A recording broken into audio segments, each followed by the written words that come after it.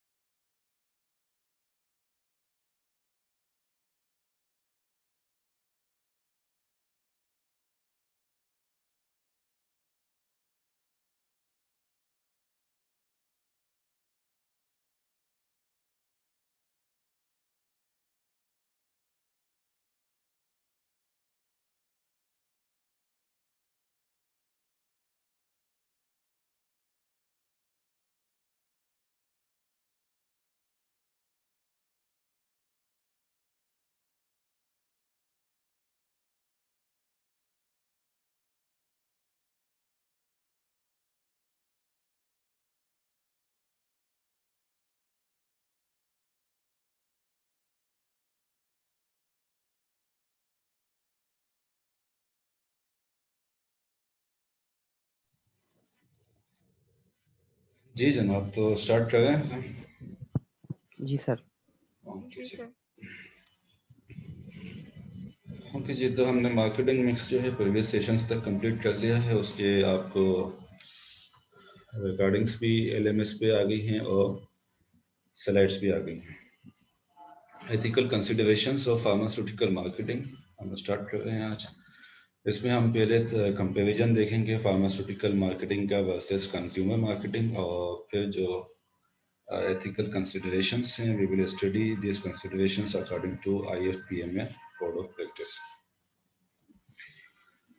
तो pharmaceutical marketing का comparison with the consumer market, कुछ बेसिक डिफरेंसेस फार्मास्यूटिकल और कंज्यूमर मार्केटिंग में एग्जिस्ट करते हैं। फार्मास्यूटिकल मार्केटिंग जो है वो एड्रेस करती है हेल्थ और डिजीज रिलेटेड इश्यूज को, जबकि consumer marketing day to day routine use की जो प्रोडक्ट्स होती हैं उनकी मार्केटिंग करती है। तो डायग्नोस्टिक्स हो, थेराप्यूटिक्स हो, मेडिकल यूटिलिटीज़ हो, इक्विपमेंट्स हो, वो किसी न किसी तरह से पेशेंट की हेल्थ स्टेटस और उसके डिजीज रिलेटेड कंडीशंस जो हैं उनको एड्रेस कर रही होती है। जबकि कंज्यूमर में जो हमारे day to day routine use की प्रोडक्ट्स हैं उनको मार्केट किया जाता है। फार्मास्यूटिकल प्रोडक्ट्स को सेल करने के लिए क्वालिफाइड रजिस्टर्ड फार्मासिस्ट होते हैं, जबकि कंज्यूमर मार्केट में प्रोडक्ट किसी भी जनरल स्टोर पर अवेलेबल हो सकती है। फार्मास्यूटिकल प्रोडक्ट्स की अवेलेबिलिटी भी जो है वो एक स्पेशलाइज्ड उसकी लोकेशंस हैं, स्पेशलाइज्ड स्टोर्स हैं, उनको सेल करने के लिए भी स्पेशलाइज्ड पर्सन्स हैं। इट मीन्स कि फार्मास्यूटिकल मार्केटिंग जो है वो डायरेक्टेड है टुवर्ड्स स्पेशलाइज्ड पर्सन्स, उनके लिए स्पेशलाइज्ड कम्युनिकेशन चाहिए as compare to consumer market, जिसको कि कोई भी उस प्रोडक्ट को कोई भी पर्सन जो है वो सेल कर सकता है। अच्छा जी, देन कंज्यूमर मार्केट में कस्टमर और कंज्यूमर में कोई डिफरेंस नहीं है। जो कस्टमर है वही उस प्रोडक्ट का कंज्यूमर भी है, जबकि फार्मास्यूटिकल मार्केटिंग में जो प्रिस्क्रिप्शन ड्रग्स हैं उसके लिए हमारा जो कस्टमर है वो पेशेंट नहीं है, यानी कि जो कस्टमर है हमारा फार्मास्यूटिकल मार्केटिंग में वो है डॉक्टर, जो कि है प्रिस्क्राइबर। जो प्रोडक्ट को प्रिस्क्राइब कर रहा है वो हमारा कस्टमर है, लेकिन जो कंज्यूमर है वो असल में पेशेंट होता है। हमारी प्रोडक्ट को परचेज करवाने के लिए जो डिसीजन लेना है वो प्रिस्क्राइबर में लेना है, प्रिस्क्रिप्शन ड्रग्स, लेकिन ऑब्वियसली वो कस्टमर खुद उसको कंज्यूम नहीं करेगा, कंज्यूम करेगा पेशेंट। तो फार्मास्यूटिकल मार्केटिंग में कस्टमर और कंज्यूमर में डिफरेंस है with respect of prescription drugs, जबकि कंज्यूमर मार्केटिंग में कस्टमर और कंज्यूमर के बीच में कोई डिफरेंस नहीं है। अगर हम ओटीसी प्रोडक्ट की बात करें तो पेशेंट ही कस्टमर है, पेशेंट ही कंज्यूमर है, राइट जी। फार्मास्यूटिकल मार्केटिंग में जो प्राइस है वो स्ट्रिक्टली रेगुलेट की जाती है, इसमें गवर्नमेंट बॉडीज जो है वो इन्वॉल्व होती हैं। थोड़ी सी प्राइस इंक्रीज करने के लिए भी एक पूरा प्रोसेस जो है उसको फॉलो करना पड़ता है, उस प्राइस इंक्रीज के लिए जस्टिफिकेशन देनी पड़ती है। ठीक जी, अगर गवर्नमेंट उस पर एग्री नहीं करती है तो वो प्राइजेस इंक्रीज नहीं की जा सकती, तो इसमें कुछ पॉलिटिक्स भी इन्वॉल्व हो जाती हैं। और चूंकि ये एक हेल्थ रिलेटेड बेसिक नीड है पॉपुलेशन की, हेल्थ रिलेटेड, इसलिए उसको एक गिवन रेंज के अंदर प्रोवाइड करना गवर्नमेंट्स के लिए नेसेसरी होता है। इसलिए फार्मास्यूटिकल ऑर्गेनाइजेशंस में प्रोडक्ट्स की जो प्राइस है वो स्ट्रिक्टली रेगुलेटेड है as compare to consumer market, जहाँ पर प्राइस के इतने ज़्यादा कोई इश्यूज नहीं होते, जो कि कंज्यूमर प्रोडक्ट्स हैं बेसिक प्रोडक्ट से हट के, जैसे कि आजकल उसकी आटा दाल चीनी वगैरह के इश्यूज चलते हैं, उन चीज़ों से हट के जो दूसरी प्रोडक्ट्स हैं, परफ्यूम्स हैं, टूथपेस्ट है, पाउडर्स है, और बहुत सारी चीज़ें जो कि कंज्यूमर मार्केट में फॉल करती है, उनकी प्राइस स्ट्रिक्टली रेगुलेट नहीं होती। फार्मास्यूटिकल मार्केटिंग के लिए जो मेन हम टाइप यूज करते हैं वो है डायरेक्ट मार्केटिंग, यानी कि जो कस्टमर है हमारा उसको जो है वो टारगेट करते हैं, उसको इंफॉर्मेशन पहुंचाने के लिए हम टारगेट करते हैं, डायरेक्ट मार्केटिंग करते हैं। जबकि कंज्यूमर में मार्केटिंग के वेरियस टाइप्स जो है वो यूज होती हैं, जिसमें कि प्रिंट मीडिया शामिल है, इलेक्ट्रॉनिक मीडिया शामिल है, सोशल मीडिया शामिल है, बहुत सारी चीज़ें उसमें आ जाती हैं कंज्यूमर मार्केट में। लेकिन फार्मास्यूटिकल मार्केटिंग में हमारी डायरेक्ट मार्केटिंग है टुवर्ड्स द कस्टमर, जो हमारा सेलेक्टेड कस्टमर है उस तक जो है उस प्रोडक्ट की मार्केट की जाती है। यानी कि अगर एक स्पेशलाइज्ड प्रोडक्ट हमारी एंटी कैंसर की है तो वो हम जीपीस तक उसको मार्केट नहीं कर रहे होते हैं, एक सारी पॉपुलेशन को तो छोड़ दें, लेकिन अगर हम सिर्फ डॉक्टर्स की ही बात करें तो उस डॉक्टर्स में भी एंटी कैंसर की प्रोडक्ट उस गिवन कस्टमर तक की मार्केट की जाएगी जो कि उस प्रोडक्ट को प्रिस्क्राइब करने का पोटेंशियल रखता है, जिसकी के स्कोप में वो प्रोडक्ट फॉल होती है। ठीक है जी, ये कुछ बेसिक डिफरेंसेस हैं हमारे पास फार्मास्यूटिकल वर्सेस कंज्यूमर मार्केट में। अच्छा जी, तो फार्मास्यूटिकल मार्केट में और कंज्यूमर मार्केट में जो कंज्यूमर है वो डिसीजन मेकर नहीं है फार्मास्यूटिकल में, जबकि कंज्यूमर में डिसीजन मेकर है। यानी कि जब आप अपने लिए कोई प्रोडक्ट परचेस करने के लिए जाते हैं कंज्यूमर की, तो आपका डिसीजन है कि आप अपने लिए कौन सी प्रोडक्ट जो है वो चूज करते हैं। जबकि फार्मास्यूटिकल में जो कंज्यूमर है यानी कि जो पेशेंट है वो डिसीजन मेकर नहीं होता। डिसीजन मेकर कौन है? Customer, prescriber, doctor, medical practitioner या हेल्थ केयर प्रोफेशनल, वो डिसीजन मेकर है फार्मास्यूटिकल में। जबकि कंज्यूमर में मार्केटिंग में कस्टमर और कंज्यूमर दोनों ही डिसीजन मेकर्स हैं। ठीक है जी, यहाँ तक कोई कंफ्यूजन तो नहीं होगी किसी को? No sir. No sir. No sir. Then consumer pays directly for the product. इसमें आपके ख्याल में क्या है? दोनों में कंज्यूमर ही पे करता है, फार्मा में और कंज्यूमर मार्केटिंग में, या कहीं पर कोई और पे करता है? सर दोनों में कंज्यूमर ही पे करते हैं। ठीक जी, दोनों में कंज्यूमर पे करते हैं। सर नहीं, फार्मा में तो कस्टमर पे करते हैं। कस्टमर को डॉक्टर पे करेगा? सर मतलब अगर वो ले रहे हैं तो फिर फर्दर अगर वो पेशेंट को डिलीवर करेंगे तो फिर पेशेंट उसकी वो करेंगे ना। नहीं, वो बात तो होगी तो डिसीजन की, लेकिन जो पेमेंट जिसकी जेब से निकलेगी वो कौन होगा? सर वो कंज्यूमर होगा, पेशेंट। ठीक है, ऑलराइट। तो कंज्यूमर मार्केटिंग में तो ऑब्वियसली जो है वो कंज्यूमर ही पे कर रहा होगा। फार्मास्यूटिकल पॉइंट ऑफ व्यू से अगर हम देखें पाकिस्तान की मार्केट में, तो पाकिस्तान की मार्केट में कंज्यूमर ही पे करता है, लेकिन इंटरनेशनल सिनेरियो के हिसाब से जो पेशेंट है वो उस प्रोडक्ट के लिए पे नहीं करता। इसको इस तरह से आप देखें कि जो डेवलप्ड कंट्रीज में क्या कहते हैं स्टेट्स को, फलाई रियासतें जिनको हम कहते हैं, फलाई रियासत, ऐसे ऑर्गेनाइजेशंस और सॉरी कंट्रीज जहाँ पर के हेल्थ फैसिलिटीज गवर्नमेंट प्रोवाइड करती है इंक्लूडिंग द मेडिसिन्स, और क्वालिटी मेडिसिन्स जो है वो प्रोवाइड की जाती हैं।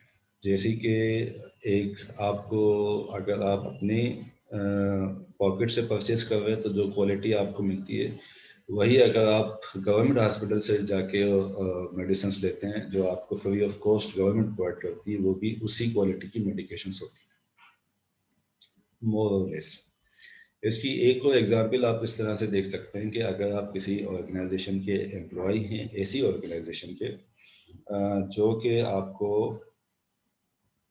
हेल्थ फैसिलिटीज़ प्रोवाइड करती है, मेडिकल अलाउंसेस या मेडिकल फैसिलिटी प्रोवाइड करती है, आप उसकी for example state bank of Pakistan की अपनी जो है वो हॉस्पिटल्स हैं, Swiss southern gas company limited के अपने हॉस्पिटल्स हैं, सिंध गवर्नमेंट के लिए, सिंध गवर्नमेंट के जो एम्प्लॉयज़ हैं उनके लिए क्या होता है, सर्विसेज हॉस्पिटल होता है। सर्विसेज हॉस्पिटल के नाम से हॉस्पिटल होते हैं तकरीबन हर सिटी में ही, जो कि डेडिकेटेड होते हैं सिंध गवर्नमेंट के एम्प्लॉयज़ के लिए।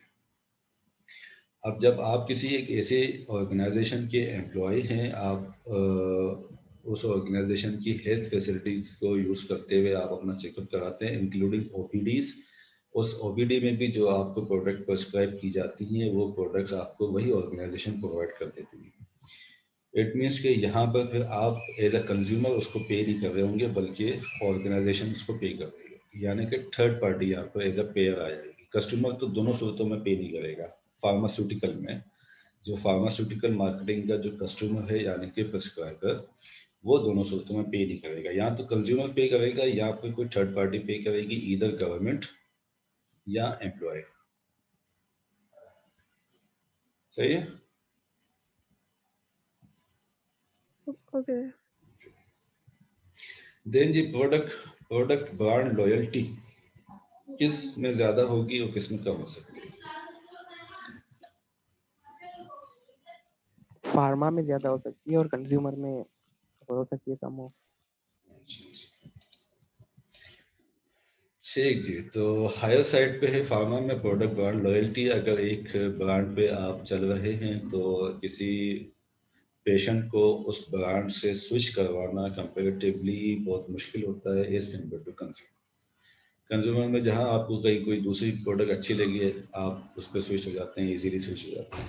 एक प्रोडक्ट की ज़्यादा अच्छे से आपने मार्केटिंग कर दी, उस प्रोडक्ट पे कंज्यूमर स्विच हो जाते हैं। लेकिन फार्मास्यूटिकल मार्केटिंग में एक पेशेंट की ब्रांड के साथ लॉयल्टी हायर साइड पे होती है।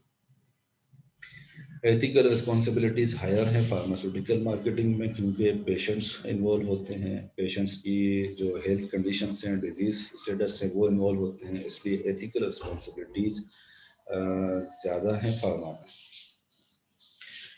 गवर्नमेंट बेस्ड रेगुलेशंस जो है वो बहुत ज़्यादा इन्वॉल्व हैं फार्मास्यूटिकल साइड पे एज कम्पेयर टू कंज्यूमर। ठीक है। क्या मेडिसिन की क्वालिटी जा रही है, किस तरह से जा रही है, क्या उसकी डिस्ट्रीब्यूशन हो रही है, इन सारी चीज़ों में गवर्नमेंट रेगुलेशन बहुत ज़्यादा इन्वॉल्व होती है as compare to consumer marketing. इसीलिए तकरीबन हर कंट्री की जो है वो मिनिस्ट्री ऑफ हेल्थ या जो भी रेगुलेटरी बॉडीज बना रखी हैं, जैसे पाकिस्तान में कौन सी है, drug regulatory authority of Pakistan. हाँ, जी सर, ड्रेप। तो वो इन चीज़ों को रेगुलेट कर रही होती है, फार्मास्यूटिकल प्रोडक्ट्स को भी और फार्मास्यूटिकल मार्केटिंग को भी।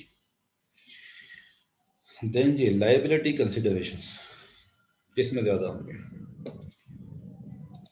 फार्मा में ज्यादा होगी, हर कोई जवाब भी होगा क्योंकि प्रोडक्ट हेल्थ से रिलेटेड है। मगर कंज्यूमर में हो सकता है कम होगी। ठीक है जी। रुखसार आप बताइए बेटा, आपका क्या ख्याल है कि लायबिलिटी कहाँ पे ज़्यादा होगी? सर फार्मा में ज्यादा होगी और कंज्यूमर में कम होगी। ठीक है जी, तो अगर आप किसी भी तरह की कोई मिस्टेक भी करते हैं तो उसके लिए आप जवाबदेह हैं। अगर कोई मिस्टेक हो भी जाती है तो भी उसके लिए जो है वो आप अकाउंटेबल है, क्योंकि वो आपकी जो मिस्टेक अनइंटेंशनल भी हुई है तो वो बहुत सारे लोगों की हेल्थ को जो है वो इम्पेक्ट करती है। इसलिए उन चीज़ों के लिए आप लीगली जो है वो रिस्पॉन्सिबल हैं अपनी प्रोडक्ट्स के लिए और उस प्रोडक्ट्स की मार्केटिंग के लिए भी। रिसर्च एंड डेवलपमेंट की कम्प्लेक्सिटी हायर है फार्मास्यूटिकल साइड पे as compare to consumer.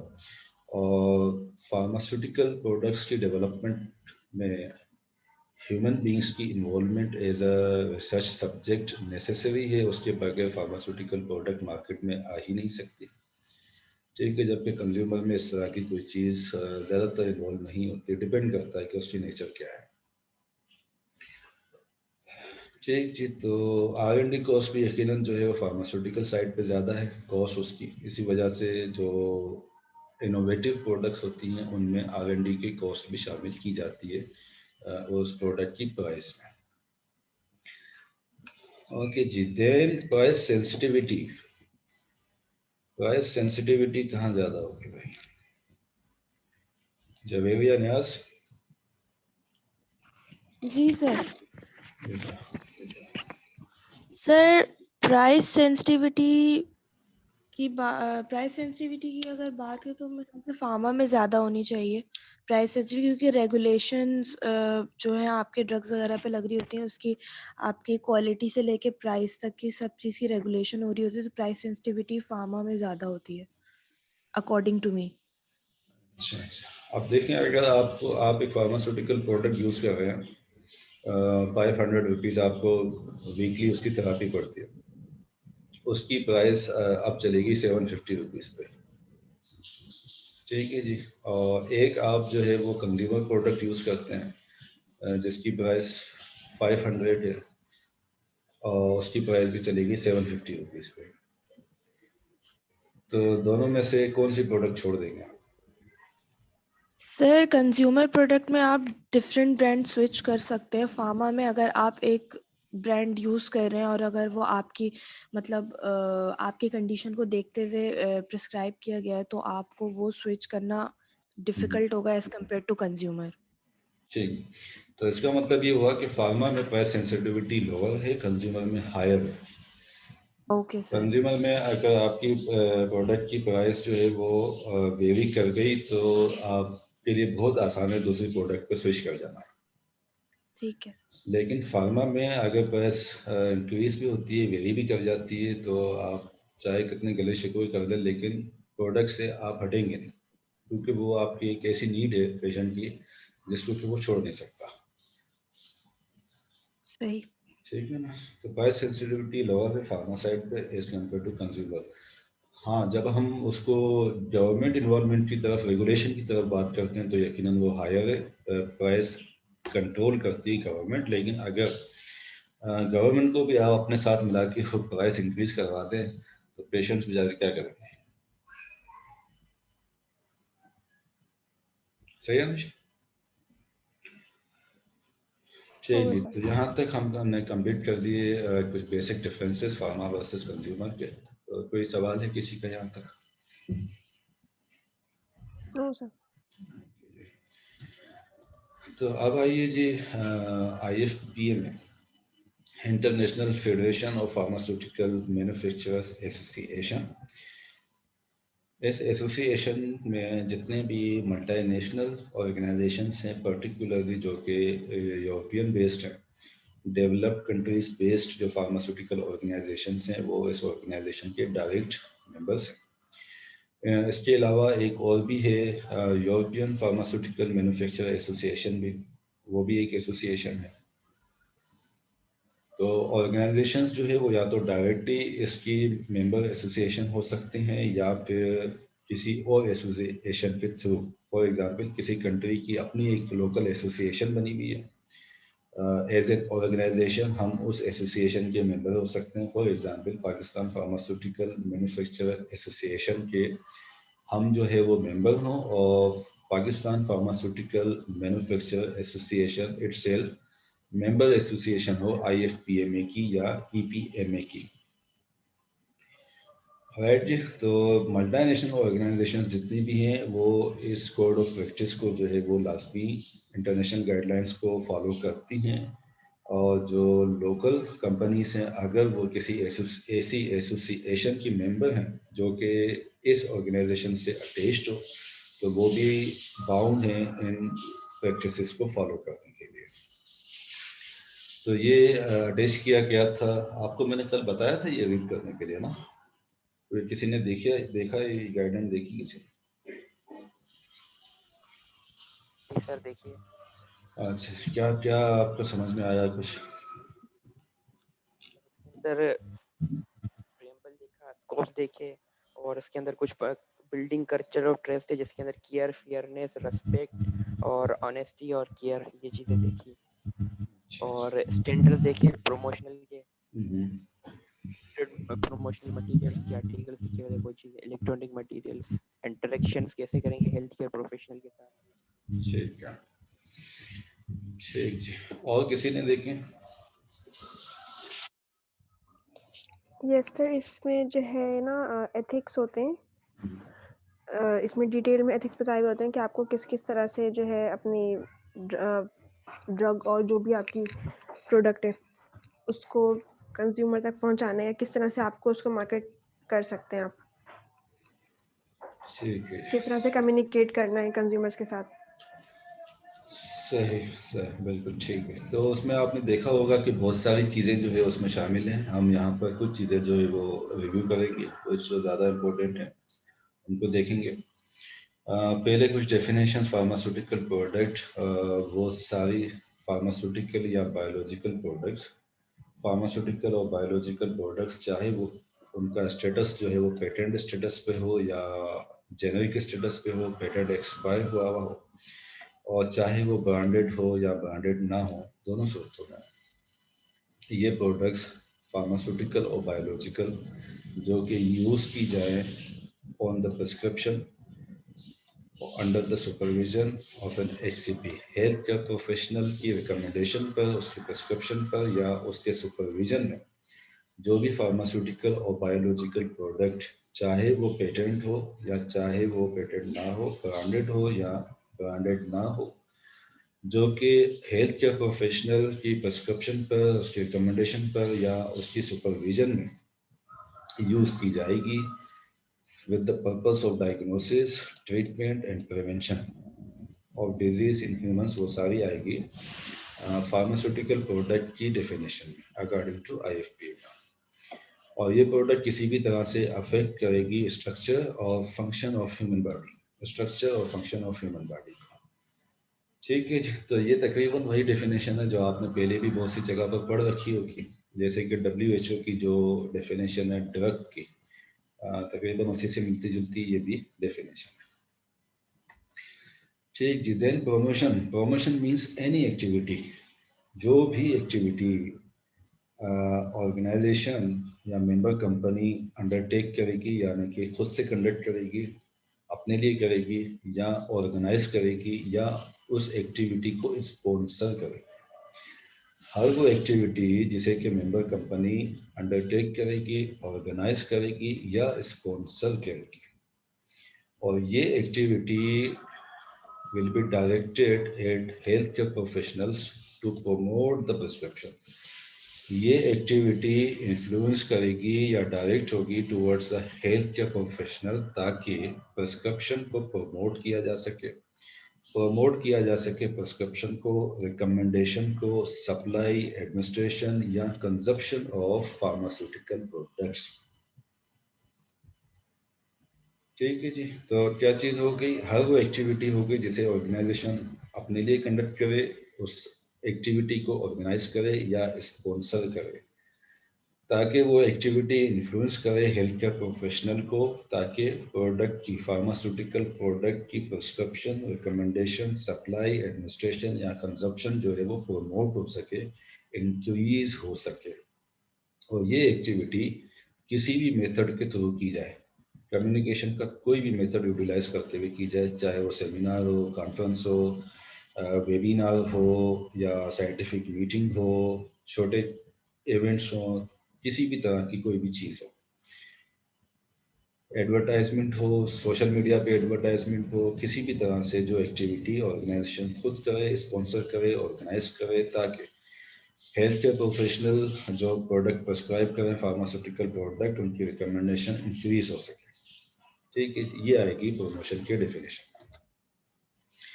Health care professional हर वो member of medical, dental, pharmacy और नर्सिंग प्रोफेशंस या कोई भी वो शख्स जो कि अपने प्रोफेशनल प्रैक्टिस के कोर्स में उसकी एक्टिविटीज़ प्रिस्क्राइब करती हों, रिकमेंड करती हों या परचेज, सप्लाई, सेल और administration of a pharmaceutical product में इन्वॉल्व हो।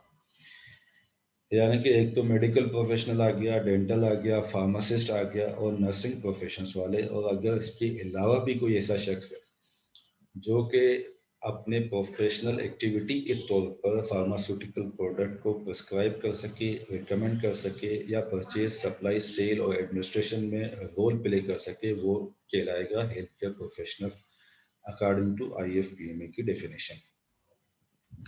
राइट जी। तो इट मीन्स कि फार्मास्यूटिकल मार्केटिंग में हम ना सिर्फ ये कि जो कस्टमर है, प्रिस्क्राइबर, उस तक उसको मार्केटिंग करते हैं, बल्कि हर वो हेल्थ केयर प्रोफेशनल जो कि रोल प्ले कर सकता है या इन्फ्लुएंस कर सकता है प्रोडक्ट की प्रिस्क्रिप्शन या रिकमेंडेशन को, जैसे कि फार्मासिस्ट है। ठीक जी। और नर्सिंग प्रोफेशंस ऑब्वियसली प्रिस्क्राइब और रिकमेंड नहीं करते, लेकिन वो प्रोडक्ट की एडमिनिस्ट्रेशन में चूँकि इन्वॉल्व होते हैं, इसलिए प्रोडक्ट की एडमिनिस्ट्रेशन किस तरह से की जाएगी, ये इंफॉर्मेशन हम मार्केट करते हैं टुवर्ड्स द नर्सिंग प्रोफेशंस को। तो ये सारे लोग शामिल हो जाएंगे हमारे पास हेल्थ केयर प्रोफेशनल्स में। पेशेंट ऑर्गेनाइजेशंस हमने प्रीवियसली भी डिस्कस की थी कि नॉट फॉर प्रॉफिट इंस्टीट्यूशंस हैं जो कि प्राइमरीली रिप्रेजेंट करते हैं इंटरेस्ट ऑफ पेशेंट्स को। पेशेंट्स की क्या इंटरेस्ट हैं उनकी क्या नीड्स हैं, या पेशेंट्स और उनकी फैमिलीज और पेशेंट्स के केयर गिवर्स, उनकी इंटरेस्ट और नीड्स को रिप्रेजेंट करने वाली जो ऑर्गेनाइजेशंस हैं उसे कहा जाता है पेशेंट ऑर्गेनाइजेशन। मेडिकल इंस्टीट्यूशन हर वो जगह है जहाँ पर के हेल्थ केयर प्रोफेशनल्स मौजूद होंगे, अपनी प्रैक्टिस कर रहे होंगे, किसी भी तरह से हेल्थ केयर प्रोवाइड करेंगे या हेल्थ केयर की रिसर्च कंडक्ट कर रहे होंगे, वो जगह उसको हम कहेंगे या उस ऑर्गेनाइजेशन को हम कहेंगे मेडिकल इंस्टीट्यूशन। ठीक जी। मेंबर कंपनी जो कि कंपनी डायरेक्टली मेंबर हो IFPMA की, ठीक है, या किसी ऐसी एसोसिएशन की वो कंपनी मेंबर हो जो कि वो एसोसिएशन खुद फिर IFPMA की मेंबर हो, यानी कि इनडायरेक्ट हो जाए। जैसे कि मैंने आपको इनिशियली एग्जांपल दिए कि फॉर एग्जांपल मेरी जो एक फार्मास्यूटिकल ऑर्गेनाइजेशन है, या चले गेट्स है। अब या तो गेट्स जो है वो पाकिस्तान फार्मास्यूटिकल मैन्युफैक्चरर एसोसिएशन की मेंबर कंपनी हो, और पाकिस्तान फार्मास्यूटिकल मैन्युफैक्चरर एसोसिएशन फिर IFPMA की मेंबर एसोसिएशन हो। इसका मतलब ये हुआ कि गेट्स जो है वो इनडायरेक्ट मेंबर हो गई IFPMA की। इसी तरह से सनोफी अवेंटिस जो है वो सनोफी अवेंटिस चूंकि उसके हेडक्वार्टर्स हैं फ्रांस में, तो प्रोबेबिलिटी है कि सनोफी अवेंटिस डायरेक्ट मेंबर होगी IFPMA की।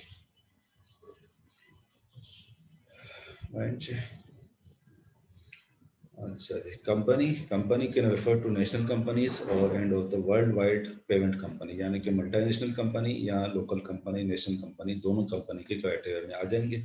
और मेंबर एसोसिएशन, जैसे कि हमने पाकिस्तान फार्मास्यूटिकल मैन्युफैक्चरर एसोसिएशन की बात की, जो कि कंपनी नहीं है, एसोसिएशन है, लेकिन ये एसोसिएशन फिर मेंबर है IFPMA की। राइट जी। तो इसमें से हमारे पास सारी डेफिनेशंस तो काम नहीं आ रही होंगी, ज़्यादातर हेल्थ केयर प्रोफेशनल और प्रमोशन इस तरह की डेफिनेशन काम आ रही होंगी। कुछ आई थिंक इसमें और भी काफ़ी डेफिनेशंस IFPMA में हैं। कुछ डेफिनेशंस मैंने यहाँ पर रखी हैं, इसमें कहीं किसी ने कोई बात पूछनी है?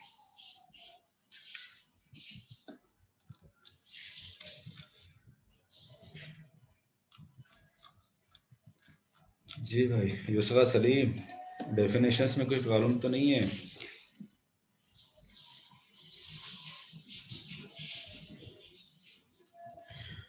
युसरा सलीम,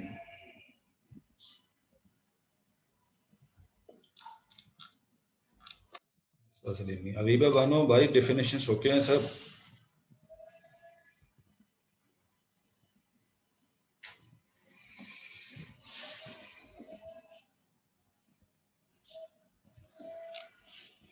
भाई आप लोग, आवाज आ रही है मेरी आप तक?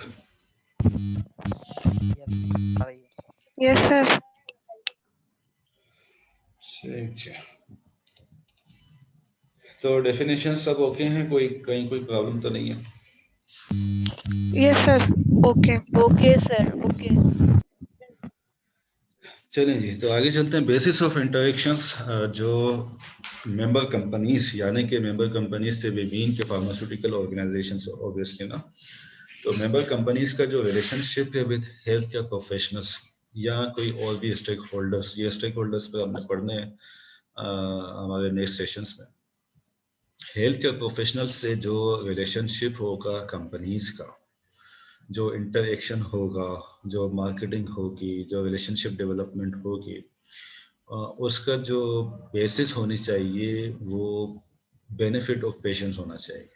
यानी कि इस रिलेशनशिप का फ़ायदा सिर्फ ये ना हो कि मेंबर कंपनी की प्रॉफिट अर्निंग इंक्रीज हो या हेल्थ केयर प्रोफेशनल को ज़ाती फ़ायदे मिल रहे हैं कि उनकी क्लिनिक्स में कोई एयर कंडीशनर लगवा दे, या जी रिलेशनशिप है तो डॉक्टर को जो है वो एक गाड़ी खरीद के कंपनी दे दे, या उनके बच्चों को जो है वो किसी अच्छे से स्कूल में लगवा के उनकी फ़ीस पे करती रहे। ये बेसिस नहीं होने चाहिए। ज़ाती फ़ायदे ना हेल्थ केयर प्रोफेशनल के और ना ही मेंबर कंपनीज के, ज़ाती फ़ायदे नहीं, बल्कि इस इंटरेक्शन का जो बेनिफिट है वो पहुंचना चाहिए पेशेंट्स को। हमेशा जो प्रायोरिटी पे रहेगा वो बेनिफिट ऑफ पेशेंट रहेगा। एक पर्पस है। दूसरा ये कि इस रिलेशनशिप का, इस इंटरेक्शन से प्रैक्टिस ऑफ मेडिसिन जो है वो एनहांस होनी चाहिए। फार्मास्यूटिकल ऑर्गेनाइजेशंस जो है वो इस तरह से इंफॉर्मेशन को कम्युनिकेट करेंगे कि हेल्थ केयर प्रोफेशनल्स की कंटिन्यूस लर्निंग जो है वो होती रहे, उन तक अपडेटेड इंफॉर्मेशन पहुंचती रहे, डिजीज मैनेजमेंट के पॉइंट ऑफ व्यू से भी और थेराप्यूटिक मैनेजमेंट के पॉइंट ऑफ व्यू से। मम्मा भी तो इस तरह की जब इंटरेक्शन इंफॉर्मेशन के पॉइंट ऑफ व्यू से होगा तो प्रैक्टिस ऑफ मेडिसिन एनहांस होगी, डॉक्टर्स की नॉलेज बढ़ेगी, उनकी स्किल्स इंक्रीज होंगी। जब साइंटिफिक कॉन्फ्रेंसेस या वेबिनार्स वगैरह कंडक्ट किए जाएंगे फार्मास्यूटिकल ऑर्गेनाइजेशंस की तरफ से, फिर अल्टीमेटली यही इंफॉर्मेशन जो है वो पेशेंट्स को मिलेगी एज देयर बेनिफिट। जब प्रैक्टिस ऑफ मेडिसिन एनहांस होगी, ज़्यादा अच्छे डिसीजंस जो है वो होने लगेंगे मेडिसिन की प्रैक्टिस में, तो उसका बेनिफिट मिलेगा पेशेंट्स को। ठीक है जी। Then scientific and educational information, क्योंकि फार्मास्यूटिकल प्रोडक्ट जो भी नई प्रोडक्ट मार्केट में आती है वो फार्मास्यूटिकल ऑर्गेनाइजेशंस के थ्रू आती है, विच मीन्स कि फार्मास्यूटिकल प्रोडक्ट को डेवलप करने में, उसे क्लिनिकल स्टडीज उसकी कंडक्ट करवाने में जो मेन प्लेयर है, मेन स्टेक होल्डर है, वो है फार्मास्यूटिकल ऑर्गेनाइजेशन। अगर कोई रिसर्चर अपनी यूनिवर्सिटी में या रिसर्च लेबॉर्ट्री में, रिसर्च इंस्टीट्यूशंस में भी अगर कोई प्रोडक्ट डेवलप करता है तो वो किसी न किसी स्टेज पे जाकर वो प्रोडक्ट फार्मास्यूटिकल ऑर्गेनाइजेशन के साथ अलाइन हो जाती है, क्योंकि अल्टीमेटली लार्ज स्केल पे वो प्रोडक्ट ऑर्गेनाइजेशन ने डेवलप करनी है और फिर उसे डिस्ट्रीब्यूट भी करना है और मार्केट भी करना है। तो इसलिए जो एक इनोवेटिव प्रोडक्ट की या जो भी नई प्रोडक्ट मार्केट में आ रही होती है उसकी इंफॉर्मेशन जो जनरेट होती है वो फार्मास्यूटिकल ऑर्गेनाइजेशन के प्लेटफॉर्म से होती है। इसका मतलब ये हुआ कि ये नई जो एक मिनट आप होल्ड कीजिएगा, मुझे कॉल अटेंड करती है।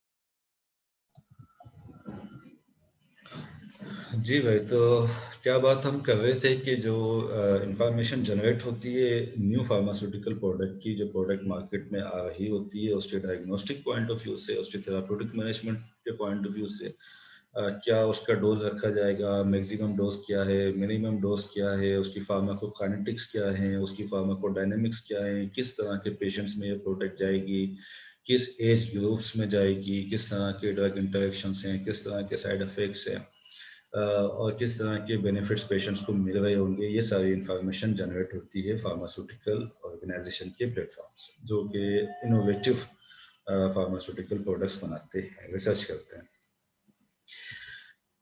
तो ये इंटरेक्शन का एक और बेसिस हमारे पास इसलिए बनता है कि ये जो साइंटिफिक इंफॉर्मेशन जनरेट हो रही है ये इंफॉर्मेशन हेल्थ केयर प्रोफेशनल्स तक पहुंचाई जाए, राइट जी।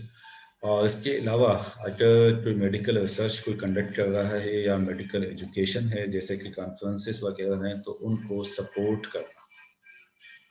सपोर्ट करना ताकि ये मेडिकल रिसर्च और एजुकेशन जब प्रोपगेट होगी, इंक्रीज होगी, तो प्रैक्टिस ऑफ मेडिसिन जो है उसको बेनिफिट मिलेगा। प्रैक्टिस ऑफ मेडिसिन इंक्रीज होगी, प्रैक्टिस ऑफ मेडिसिन इंक्रीज होने से बेनिफिट ऑफ पेशेंट इंक्रीज होगा।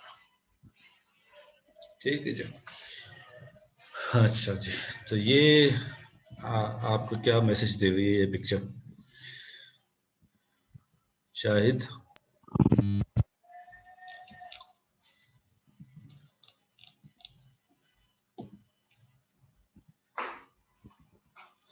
शाहिद भाई यहाँ पे हैं? नहीं, मेरे एक क्लासमेट थे शाहिद, और हम उनको शाहिद भाई कहते थे, इसलिए भाई आपके नाम के साथ जो है मैं शाहिद भाई लगा देता हूँ। लेकिन शाहिद भाई सुन रहे हैं? बड़ी मेहरबानी सर। तो वो माशाल्लाह जो है ना शाहिद भाई बड़े अच्छे आदमी हैं अभी भी, और उस टाइम भी माशाल्लाह बहुत अच्छा हमारा इंटरेक्शन था उनसे। बहुत नफीस किस्म के इंसान है माशाल्लाह, इसलिए क्लासमेट होने के बावजूद भी हम उनको शाहिद भाई के पुकारते थे। जी शायद क्या पिक्चर आपको ये बताइए। सर इसमें तो एक बैक डोर नजर आ रहा है, एक बंदा जो है पीछे से पार्सल कर रहा है और आगे जो है वो मेडिसिन दी जा रही है, मतलब बैक डोर प्रॉफिट हो रहा है इसमें। ठीक है, इट मीन्स कि ये जो काम हो रहा है ना, ये वाली जो एक्टिविटी हो रही है, ये वाली जो एक्टिविटी हो रही है, ये इस काम से इन्फ्लुएंस हो रही है। यानी कि ये जो डिसीजन प्रेस्क्राइबर ने लिया है या किसी भी हेल्थ केयर प्रोफेशनल ने, वो इन्फ्लुएंस हो रहा है इस काम से, इस एक्टिविटी से। ये बेसिस ऑफ इंटरेक्शन जो है वो हरगिज नहीं होनी चाहिए between interaction between a pharmaceutical organization and any healthcare professional। ठीक है, ये स्ट्रिक्टली जो है वो फॉरबिडन है। कंज्यूमर लेवल पे फिर भी चलता है। अगर आप कंज्यूमर प्रोडक्ट्स में लेट से, एक तो मुझे कंज्यूमर प्रोडक्ट्स भी याद नहीं है, कोई बताओ, कोई कंज्यूमर प्रोडक्ट बताओ कोई भाई, आपको मिसाल दूं।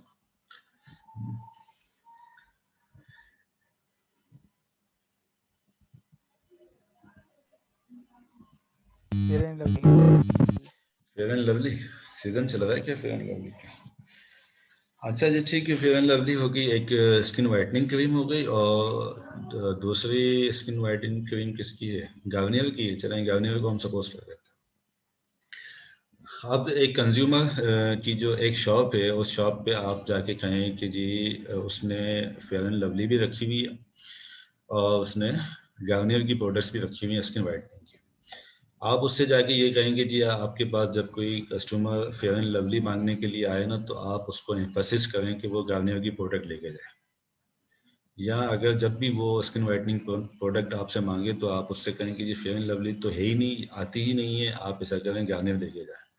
उसके बदले में मैं आपको ये रिवार्ड दे दूंगा, आपको कोई अच्छा सा डिनर करवा दूंगा, कहीं कोई अच्छा सा लंच करवा दूंगा, आपकी फैमिली को भी लंच करवा दूंगा, या किसी भी किस्म का कोई आपको रिटर्न उसका दे दूंगा।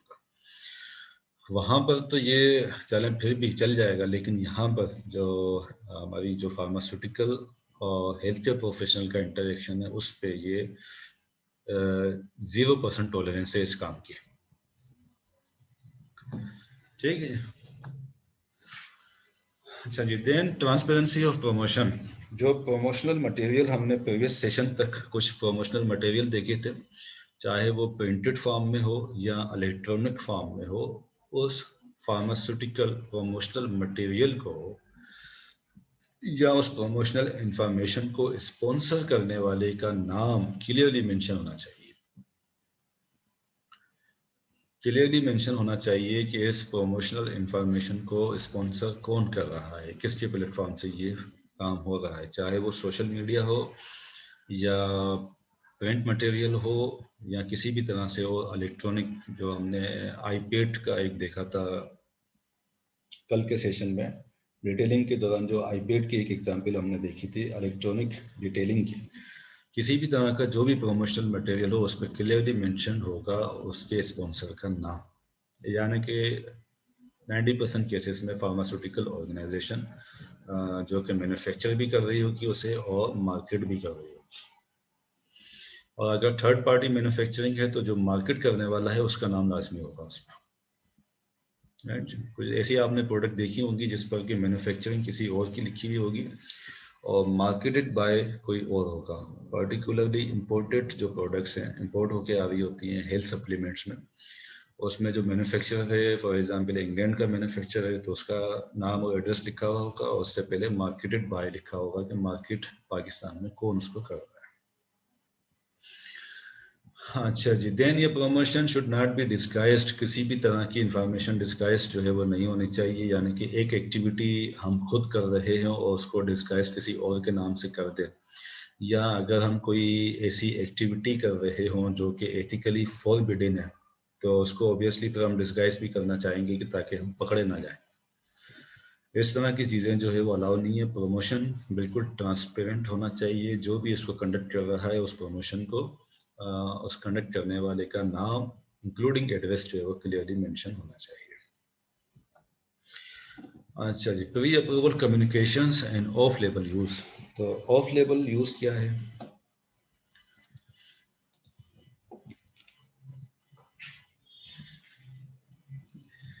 सर ऑफ लेबल यूज की तरफ इंडिकेशन है, उससे हट के किसी और चीज की जा रही, मतलब उसके लिए प्रिस्क्राइब ना की गई। ठीक है, ठीक। कोई एग्जांपल इसकी?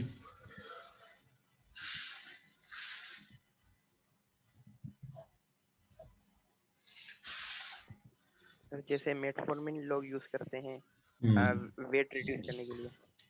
ठीक है, जी सर। ठीक है।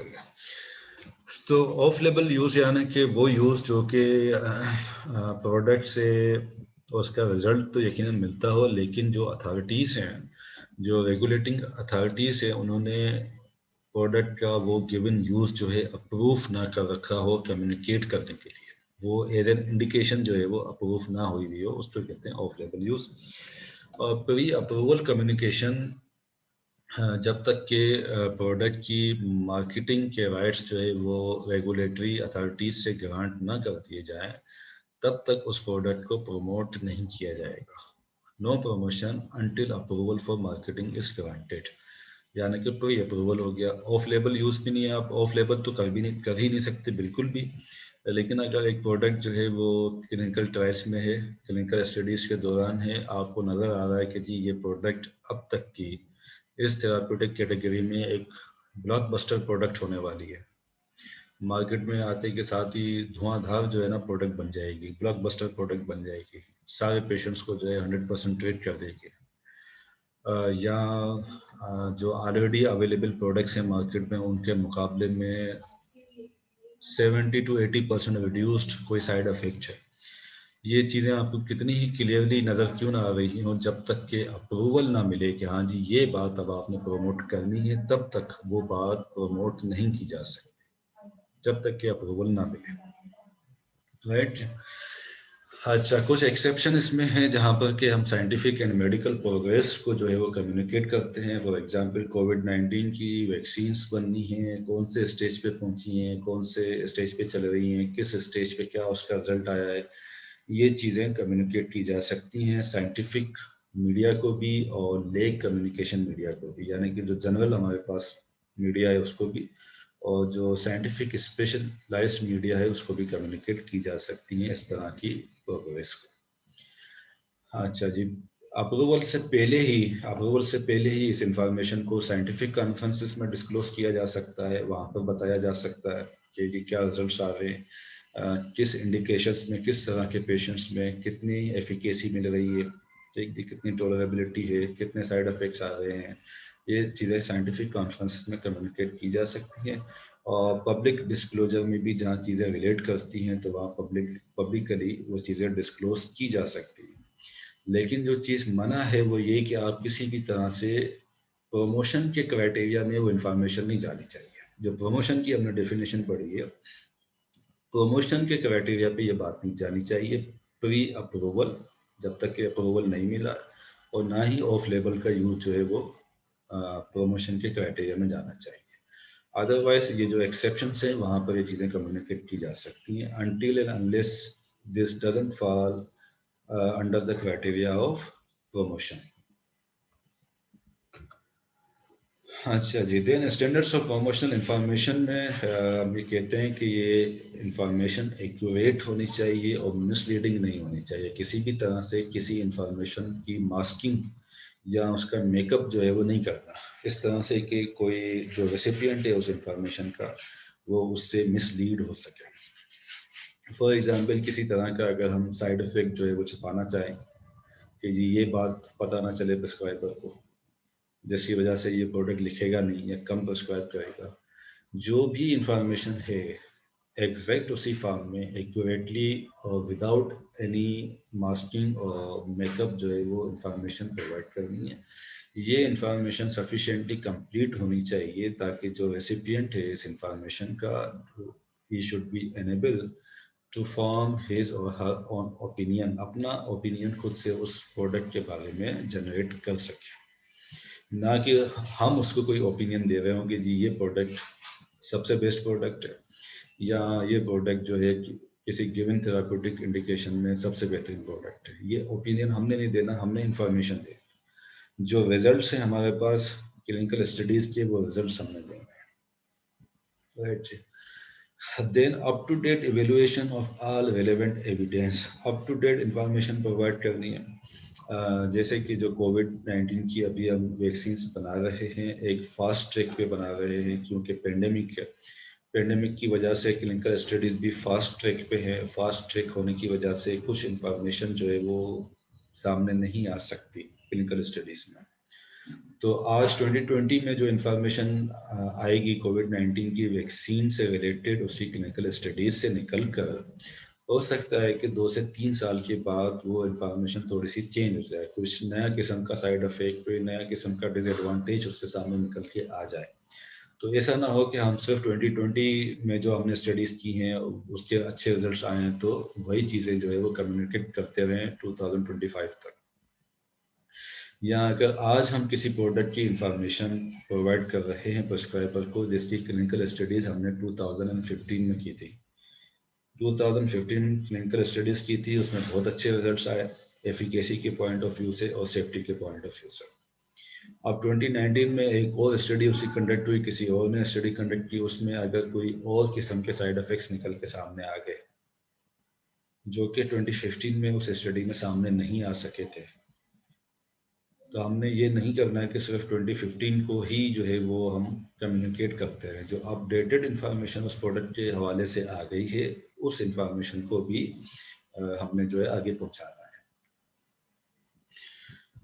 अच्छा जी, देन ये एविडेंस जो हम आगे देंगे, यानी कि जब हम हेल्थ केयर प्रोफेशनल से एक फार्मास्यूटिकल प्रोडक्ट की बात करते हैं तो हर वो क्लेम जो हम करते हैं इंडिकेशंस के हवाले से, साइड इफेक्ट्स के हवाले से, सेफ्टी के पॉइंट ऑफ व्यू से जो भी क्लेम हम करते हैं वो हम अपने ज़ाती तजुर्बात या अपनी इमोशनलिटी की बेसिस पे नहीं करते चूँकि हमें उस प्रोडक्ट को सेल करना होता है, बल्कि एक एक क्लेम जो हम उस प्रोडक्ट के लिए करते हैं उसके लिए एविडेंस देते हैं, साइंटिफिक एविडेंस देते हैं। साइंटिफिक एविडेंस के बगैर फार्मास्यूटिकल मार्केटिंग प्रमोशनल इंफॉर्मेशन हम नहीं कर सकते साइंटिफिक एविडेंस के बगैर। अब ये साइंटिफिक एविडेंस क्लियरली रिफ्लेक्ट होनी चाहिए। अगर आपने कभी कोई फार्मास्यूटिकल प्रमोशनल लिटरेचर्स देखे हों कभी किसी डॉक्टर के चैम्बर में या कहीं आपको वैसे मिल गए हों, तो आपने उसके नीचे जो है रेफरेंसेस की एक लिस्ट देखी होगी। वो क्लियरली इंडिकेट होना चाहिए जो भी क्लेम हम कर रहे हैं कि जी 80% एफिकेसी है, या हमने 1000 पेशेंट्स में जब ये मेडिकेशन एडमिनिस्टर की गई तो 1000 में से 950 जो है वो 100% ट्रीट हो गए। इस तरह के जो भी क्लेम है वो एविडेंस बेस्ड होंगे और उस एविडेंस को हमने क्लियरली इंडिकेट भी करना है। अच्छा जी, इस तरह की जो टर्म्स हैं safe and no side effects, इस तरह के क्लेम्स जो है वो अवॉइड करने हैं हमें प्रमोशनल इंफॉर्मेशन। अच्छा जी, देन इसके साथ साथ जो हम सब्सटेंशिएशन कर रहे हैं किसी तरह की, अब लेट से क्या है, हम कहते हैं कि जी डायबिटीज़ में जो है वो ओरल एंटी डायबिटिक एजेंट्स में 20 मॉलिक्यूल्स जो है मार्केट में अवेलेबल है। हमारी प्रोडक्ट जो है वो सबसे ज़्यादा एफिकेशियस है, सबसे ज़्यादा एफिकेशियस हमारी प्रोडक्ट है, या सबसे ज़्यादा सेफ जो है हमारी प्रोडक्ट है कंपेरेटिव। नो 100% सेफ या नो साइड इफेक्ट्स तो हमें अवॉइड करने हैं, लेकिन जब हम कंपेरेटिवली बात करेंगे कि जी 30 मॉलिक्यूल्स मार्केट में अवेलेबल हैं डायबिटीज़ को ट्रीट करने के लिए, या रेस्पिरेटरी ट्रैक्ट इन्फेक्शन को ट्रीट करने के लिए 50 एंटीबायोटिक्स मार्केट्स में अवेलेबल हैं, तो उन 50 में से जो हाईएस्ट रिस्पॉन्स आता है वो हमारी प्रोडक्ट से आता है। इस तरह की जब सब्सटेंशिएशन जब हम करेंगे, बड़ा एक जो है वो एक बड़ा क्लेम जब हम कर रहे होंगे तो उस क्लेम के लिए हमें साइंटिफिक एविडेंस प्रोवाइड करती है। ये बात हम यहाँ भी कर चुके हैं। ये साइंटिफिक एविडेंस से हमें उस चीज़ को सपोर्ट करना है। हम अपने अब ज़ाती तजुर्बे पे, या चूँकि हमें सेल्स करने के लिए कंपनी का एक प्रेशर होता है, टारगेट्स अचीव करने होते हैं, तो इस बेस पे हम इस तरह के क्लेम नहीं कर सकते अनटिल एंड अनलेस कि इस तरह के क्लेम्स के लिए हमारे पास साइंटिफिक एविडेंस मौजूद हो। और ना सिर्फ ये कि साइंटिफिक एविडेंस मौजूद हो, बल्कि ये हम अवेलेबल करना भी हमारी ही रिस्पॉन्सिबिलिटी में शामिल है। मिसाल के तौर पे हम एक ENT स्पेशलिस्ट के कहते हैं कि जी हमारी प्रोडक्ट क्लेरिथ्रोमाइसिन जो है वो सबसे ज़्यादा एफिकेशियस है अपर रेस्पिरेटरी ट्रैक्ट इन्फेक्शन, सबसे ज़्यादा हमारी प्रोडक्ट एफिकेशियस है। तो वो हमसे ये पूछेगा कि भाई ये बात आप कैसे कह रहे हो, किस बेसिस पे आपने ये क्लेम किया है। तो हम कहेंगे कि जी एक स्टडी हमने कंडक्ट की, फॉर एग्जांपल हमने एक स्टडी कंडक्ट की, उसमें हमने 2000 अपर RTI के पेशेंट्स को जो है वो एनरोल किया गया। उन पेशेंट्स में कुछ पेशेंट्स को हमारी प्रोडक्ट, कुछ पेशेंट्स को, सारे पेशेंट्स को मिला के जो है ये 50 मॉलिक्यूल्स हमने स्टडी किए। सबसे ज़्यादा जो अच्छे रिजल्ट आए वो आए हमारी प्रोडक्ट। तो अब अगर वो कहता है कि अच्छा ये मुझे स्टडी ला के दिखाओ, ये स्टडी मुझे सारी की पूरी ला के दिखाओ पब्लिश फॉर्म में, तो ये हमारी रिस्पॉन्सिबिलिटी है उसको अवेलेबल कराना। हम सिर्फ ये नहीं कह सकते कि जी स्टडीज़ तो हुई हुई हैं, आप फिक्र ना करें, सबसे अच्छी प्रोडक्ट हमारी है और इसकी स्टडीज़ भी पब्लिश्ड है, आप टेंशन ना लें, बस प्रिस्क्राइब करते हैं हमारी प्रोडक्ट। ऐसे काम नहीं चलेगा। उस एविडेंस को अवेलेबल करना भी रिस्पॉन्सिबिलिटी है फार्मास्यूटिकल ऑर्गेनाइजेशंस की। राइट जी, यहाँ तक कोई सवाल तो नहीं किसी का? सर ये एक पॉइंट मुझे क्लियर कर दें, मुझे एक लाइन लिखी है avoid safe and no side effects. तो अवॉइड सेफ का क्या मतलब, कि सेफ को भी अवॉइड, सेफ्टी तो होनी चाहिए ना सर? देखें, एक बात तो यूनिवर्सल ट्रूथ है फार्मास्यूटिकल प्रोडक्ट के हवाले से कि कोई भी ड्रग जो है वो 100% सेफ होती ही नहीं।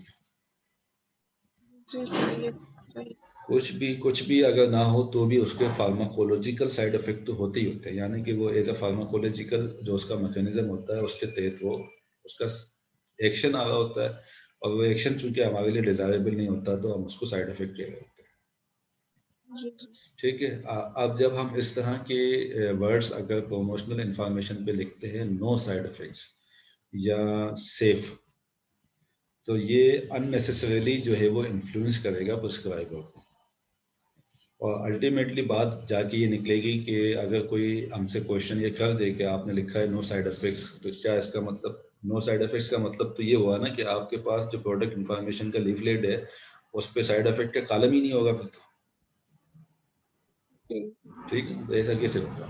तो अगर कोई क्वेश्चन कर दे तो वहां पे हम फंस जाएंगे, इसलिए इस तरह की चीजें, इस तरह के क्लेम्स हमने करने ही नहीं।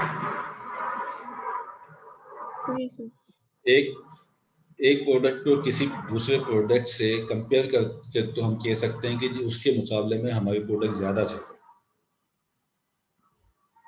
ठीक है। या एक किसी गिवन पेशेंट जो है, किसी गिवन पेशेंट की जो स्टेटस है, उसकी जो डिजीज प्रोफाइल है, एक गिवन डिजीज प्रोफाइल में हमारी प्रोडक्ट सेफ है। इस तरह की चीजें तो हम कह सकते हैं, लेकिन जो वो प्रमोशनल इंफॉर्मेशन है उसमें हम इस तरह की जी सेफ और नो साइड इफेक्ट इस तरह की चीजें यूज नहीं कर सकते।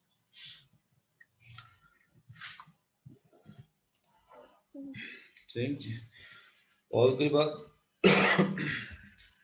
बोरिंग तो नहीं हो रहा भाई आप लोगों के लिए?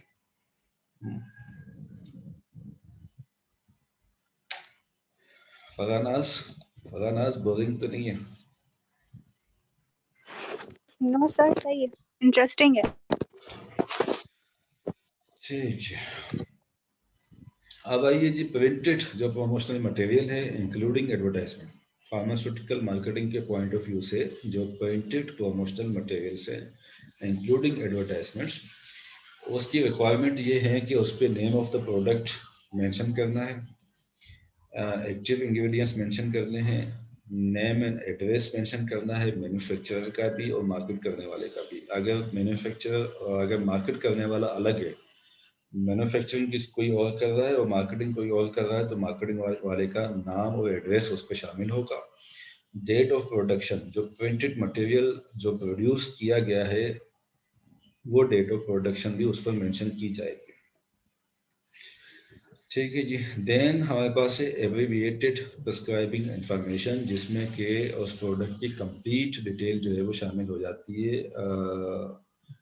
उसकी पोसोलॉजी, उसकी मेथड ऑफ एडमिनिस्ट्रेशन, उसके साइड इफेक्ट्स और भी जो रिलेटेड चीज़ें हैं वो सारी उसमें शामिल हो जाती हैं। साइड इफेक्ट्स की कंप्लीट लिस्ट, जितनी भी साइड इफेक्ट्स हैं वो सारे के सारे, मेथड ऑफ एडमिनिस्ट्रेशन, डोजेज किस एज ग्रुप में कितना डोज चलेगा, किस इंडिकेशन में कितना डोज दिया जाएगा, किस एज ग्रुप में कितना डोज दिया जाएगा, किस तरह से एडमिनिस्टर करना है, कोई सस्पेंशन बनानी है तो किस तरह से बनेगी, अगर डाइल्यूशन करनी है तो किस तरह से की जाएगी, इंजेक्शंस की कोई पर्टिकुलर इंस्ट्रक्शंस हैं तो वो किस तरह से दी जाएगी। तो प्रिवेंटेड मटेरियल्स मेरे पास काफ़ी सारे रखे हुए हैं। अगर हम फिजिकल क्लास कर रहे होते तो हम देखते उसमें, आपको फिजिकली में चेक करवाता। एक प्रिवेंटेड मटेरियल में नीचे जो है एक छोटा सा सेशन होता है, उसमें बहुत छोटा करके एब्रिविएटेड इंफॉर्मेशन लिख दी जाती है सारी की सारी, क्योंकि ये बहुत ज़्यादा होती है, इसके छोटे फॉन्ट्स में जो है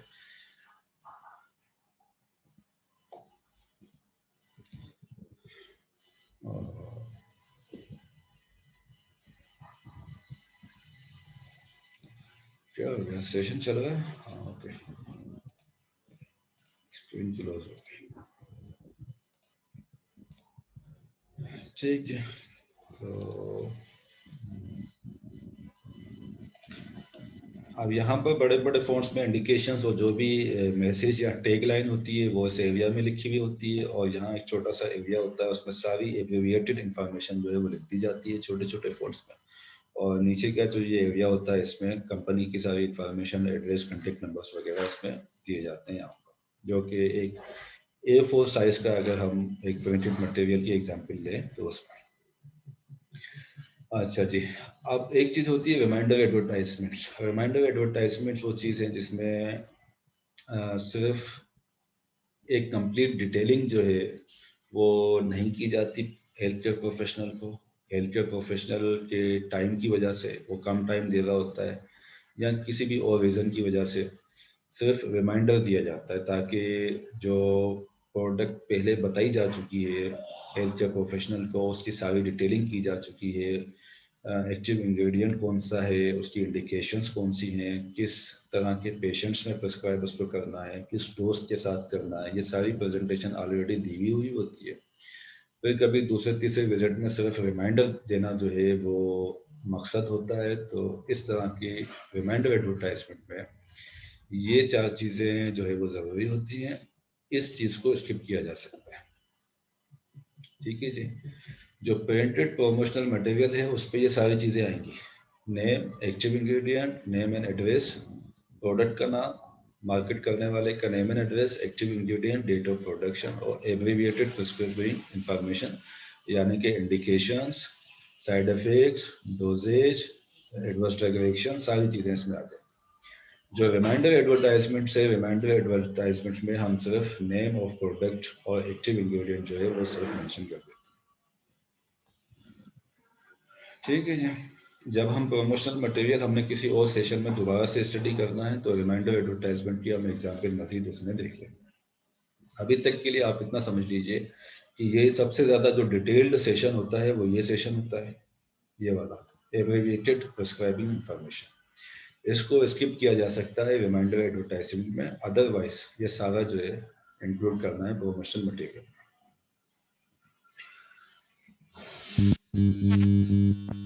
प्रमोशनल मटेरियल जो है वो सिर्फ हेल्थ केयर प्रोफेशनल्स को ही अवेलेबल किया जाता है? जी, प्रमोशनल मटेरियल सिर्फ हेल्थ केयर प्रोफेशनल को ही किया जाएगा, जो कि हेल्थ केयर प्रोफेशनल की हमने देखी है डेफिनेशन, उसमें वो एक डॉक्टर भी शामिल है, मेडिकल प्रैक्टिशनर, नर्सिंग प्रोफेशन भी शामिल है, फार्मासिस्ट भी शामिल है, और हर वो शख्स जो कि उसके डिसीजन मेकिंग में शामिल हो सकता हो वहाँ तक हम कर सकते हैं। लेकिन हमारा जो सिनेरियो है पाकिस्तान का सिनेरियो, उसमें ये तकरीबन 80% काम जो है वो होता है डॉक्टर्स के लेवल पे। ठीक है sir.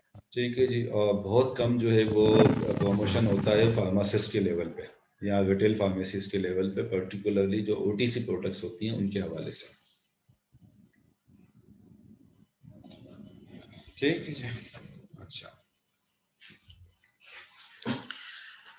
Electronic materials including audio visuals, अगर कोई वीडियो क्लिप्स बना रखे हैं प्रोडक्ट को प्रमोट करने के हवाले से, ऑडियो विजुअल्स बना रखे हैं, कोई प्रेजेंटेशंस बनाई गई हैं, या जो भी इलेक्ट्रॉनिक मटेरियल्स हैं,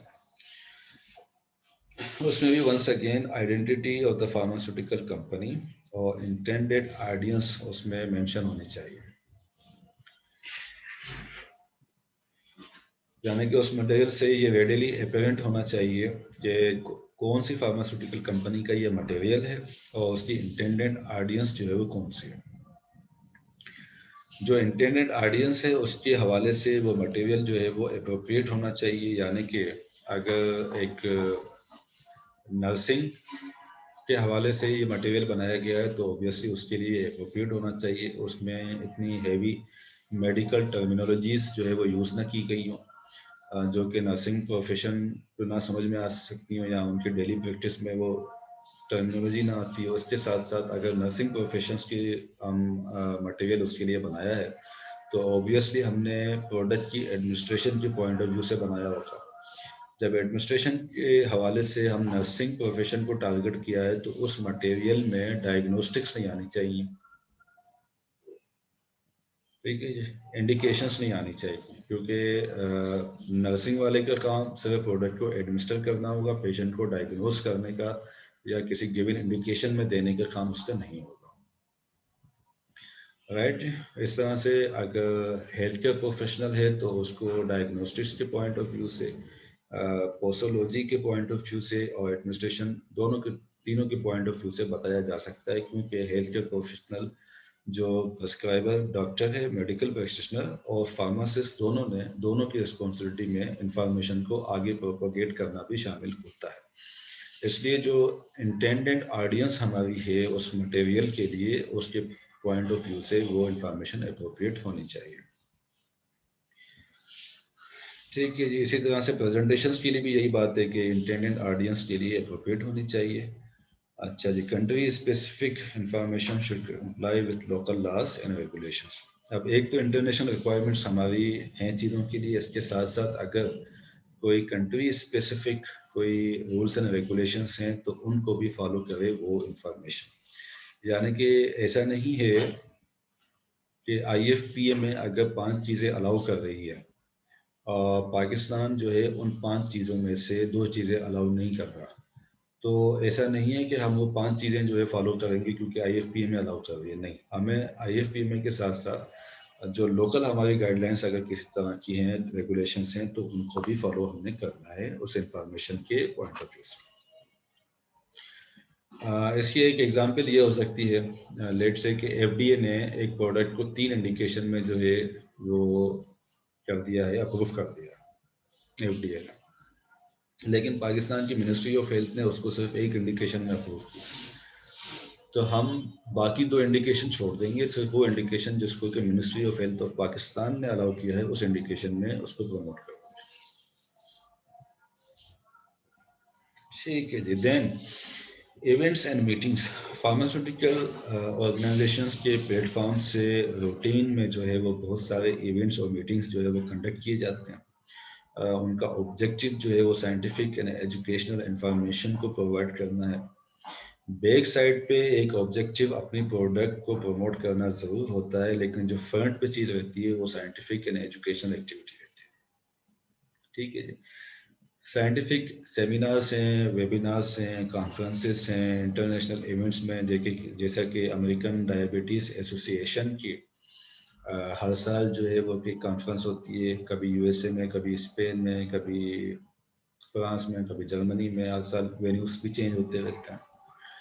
इसी तरह से American endocrinologist association, international gynaecologist federation, इस तरह के जो इंटरनेशनल एसोसिएशंस हैं मेडिकल की, वो कॉन्फ्रेंसेस उनकी सालाना बेसिस पे जो है एनुअल बेसिस पे होती रहती हैं और इन इवेंट्स में प्रेस्क्राइबर्स या कस्टमर्स को भेजने के लिए फार्मास्यूटिकल ऑर्गेनाइजेशंस स्पॉन्सर करती हैं, उस इवेंट को कंडक्ट कराने के लिए भी स्पॉन्सर करती हैं, सपोर्ट करती हैं। और फॉर एग्जांपल पाकिस्तान से अगर डायबिटोलॉजिस्ट को अमेरिका में होने वाली कॉन्फ्रेंस में भेजना है तो उन डॉक्टर्स को भी स्पॉन्सर करते हैं। और बिहाइंड द स्टेज, जो बिहाइंड द सीन ये एक्सपेक्ट करती हैं ऑर्गेनाइजेशंस के जिन डायबिटोलॉजिस्ट को कंपनी यूएसए भेजेगी, स्पेन भेजेगी या टर्की भेजेगी, उनके सारे एक्सपेंसेस बियर करेगी, तो ऑब्वियसली इन रिटर्न जो है वो कुछ ना कुछ एक्सपेक्ट किया जाता है, लेकिन उसको कभी क्लेम नहीं किया जा सकता। ठीक है जी। अच्छा जी, तो साइंटिफिक ना एजुकेशनल इवेंट्स आगे, इवेंट्स ऐसे जिनमें कि फॉरेन ट्रेवल इन्वॉल्व होता है, फॉरेन ट्रेवल इन्वॉल्व होता है। ठीक है जी, ऐसे इवेंट्स के वेन्यूज जो है वो एप्रोप्रिएट रखने चाहिए, यानी कि उनको इंटरटेनमेंट के पर्पस से लग्जरियस पॉइंट ऑफ व्यू से नहीं देखना चाहिए। ऐसा वेन्यू रखना चाहिए जिस वेन्यू में हमारा साइंटिफिक एंड एजुकेशनल ऑब्जेक्टिव जो है वो पूरा होता हो। That's all. इसके अलावा कोई लग्जरीज नहीं देखनी, कोई हाई फाई लाइफ स्टाइल के वेन्यूज जो है वो नहीं देखने होते। वेन्यू हमने एप्रोप्रिएट रखना है जहाँ पर कि हमारा बेसिक पर्पस जो है वो मीट हो सके। ठीक है जी। अच्छा, जो फॉरेन ट्रेवल में जो इवेंट्स इन्वॉल्व होते हैं उसमें भी कस्टमर के जो ट्रेवल एक्सपेंसेस हैं और उस वेन्यू में रहने के एक्सपेंसेस हैं और जो उसके मील्स हैं, सिर्फ वो कंपनी जो है वो स्पॉन्सर कर सकती है। इसके अलावा जो एक्सपेंसेस हैं वो ऑर्गेनाइजेशन ने सपोर्ट नहीं करने, हरगिज़ नहीं करने। ठीक है। यानी कि आपने जो है वो न्यूयॉर्क में जो है वो कोई कॉन्फ्रेंस हो रही है, राइट जी, कैंसर पे जो है वो कोई कॉन्फ्रेंस हो रही है, उसमें हमने कराची से 5 जो है वो कैंसर स्पेशलिस्ट को, ऑन्कोलॉजिस्ट को हमने स्पॉन्सर कर दिया न्यूयॉर्क जाने के लिए, यूएसए में। अब यहाँ से उनके रिटर्न टिकट और उस होटल में या जो भी वो वेन्यू है वहाँ पर रहने के और उनके खाने पीने के और उस कॉन्फ्रेंस की रजिस्ट्रेशन के एक्सपेंसेस, सिर्फ ये चीज़ें ऑर्गेनाइजेशन ने सपोर्ट करनी है, बियर करनी है। इसके अलावा अगर वो कहता है कि जी मैं इस टूर के दौरान न्यूयॉर्क से जो है वो न्यू जर्सी जाना चाहता हूँ, वहाँ पे मेरे जो है ना रिलेटिव रहते हैं, मैंने उनसे मुलाकात करनी है, तो आप न्यूयॉर्क से न्यू जर्सी तक भी मेरी फ्लाइट करवा दें, तो वो हमने नहीं करवाई। बिल्कुल साफ अल्फाज में एक्सक्यूज कर देंगे। ठीक जी, ना टैक्सी का, ना फ्लाइट का, ना न्यू जर्सी में जाके रहने के कोई अखराजात, ना न्यू जर्सी में जाके खाने पीने के अखराजात, कुछ भी जो है वो कंपनी स्पॉन्सर नहीं कर सकती। अच्छा जी, देन वेन्यू एप्रोप्रिएट होना चाहिए, हमने बात कर ली कि लग्जरियस नहीं होना चाहिए, सिर्फ ऑब्जेक्टिव पूरा करने के लिए सफिशिएंट होना चाहिए वेन्यू। That's all. एंटरटेनमेंट इसमें इन्वॉल्व नहीं होती। एंटरटेनमेंट, किसी भी तरह के एंटरटेनमेंट से रिलेटेड अखराजात जो है वो कंपनी बियर नहीं करेगी। और वेन्यू से भी और फॉरेन ट्रेवल से रिलेटेड भी जो लिमिट्स हैं वो लिमिट सेट करनी है लोकल लॉज के हिसाब से। ऐसा नहीं है कि जो चीज़ें अलाउड हैं जैसे कि रिटर्न टिकट और लिविंग एक्सपेंसेस उस कॉन्फ्रेंस के दौरान, उसकी आड़ में जो है हम नाम तो उन चीज़ों का दे दें लेकिन उसकी आड़ में बहुत सारी चीज़ें और प्रोवाइड करते हैं हेल्थ केयर प्रोफेशनल को। ये नहीं करना। जब लिमिट सेट होगी, लिमिट सेट कर दी जाएगी तो सिर्फ वही चीज़ें फॉलो हो जाएंगी। अच्छा जी, तो ये बात हम कर चुके हैं कि sponsorship to HCPs is limited to the payment of travel meals accommodation and registration fees. सिर्फ यहाँ तक लिमिटेड है, ट्रेवल से रिलेटेड, मील से related, accommodation and registration fees. अब अगर वो कॉन्फ्रेंस के दौरान वो कहता है कि जी मैंने जो है वो टर्की में हमने उसे भेजा है कॉन्फ्रेंस में, वो कहता है कि मैंने आया सोफिया मॉस्क भी जाके विजिट करनी है तो वो भी मुझे अरेंज कराते हैं, तो वो हमने नहीं करा। अब अगर वो अपने ही अखराजात पे वो टूर करने चला जाता है तो उसके दौरान अगर उसकी कोई एकोमोडेशन है तो वो भी हमने नहीं उसको देनी, उसके मील्स भी हमने नहीं देने। हमने सिर्फ जो एजुकेशनल पर्पस है उस पर्पस को हासिल करने के लिए उसके travels, meals, accommodation and registration fees देनी है और कुछ भी नहीं देना। जैसे कि no payments are made to compensate HCPs for time spent in attending the event. अच्छा जी, आप देखें कराची से स्पेन हमने भेज रहे हैं एक डायबिटोलॉजिस्ट को डायबिटीज कॉन्फ्रेंस अटेंड करने के लिए। अब वो कहता है कि जी अच्छा आप मुझे भेजते रहे, यहाँ से मैं गवर्नमेंट हॉस्पिटल में मेरी ड्यूटी होती है, मैं 4 दिन वो छुट्टी करूँगा। इसके अलावा मैं शाम में जो है वो आगा खान में क्लिनिक करता हूँ, डेली बेसिस पे 20 पेशेंट देखता हूँ। 20 पेशेंट के 3000 के हिसाब से या 2000 के हिसाब से मुझे 40,000 वो पैसे चले जाएंगे। तो आप ऐसा करें कि 40 दिन की मेरी ओपीडी के पैसे भी मुझे दे दें जो मेरा वहां से ज़ाया होगा। ये काम नहीं करना, इसकी कोई कंपनसेशन नहीं मिलेगी। HCP ने जाना है, एजुकेशनल इवेंट में जाना है, तो हम उसकी ट्रेवलिंग, उसकी मील्स, एकोमोडेशन और रजिस्ट्रेशन फीस स्पॉन्सर करेंगे। उसको उसके टाइम जो वो यूटिलाइज कर रहा है उसके अगेंस्ट में किसी किस्म की कोई कंपनसेशन नहीं दी जाएगी। कि वो ये कहेगी जी मेरा टाइम तो बहुत इंपॉर्टेंट है, मैं 5 दिन में तो मैं जो है वो 2 लाख रुपए कमा लेता हूँ, तो आप ऐसा करें चलें 1 लाख तो दे दें। तो बिल्कुल भी नहीं है, जीरो कंपनसेशन है इस मामले में। अच्छा जी, and then any sponsorship provided to individual, ये जो स्पॉन्सरशिप्स हमने यहाँ सारी प्रोवाइड की हैं to individual, HCP must not be conditional, इस पर कंडीशन नहीं लगानी, upon an obligation to prescribe, as an obligation to prescribe, recommend, purchase, supply, administer or promote any pharmaceutical product।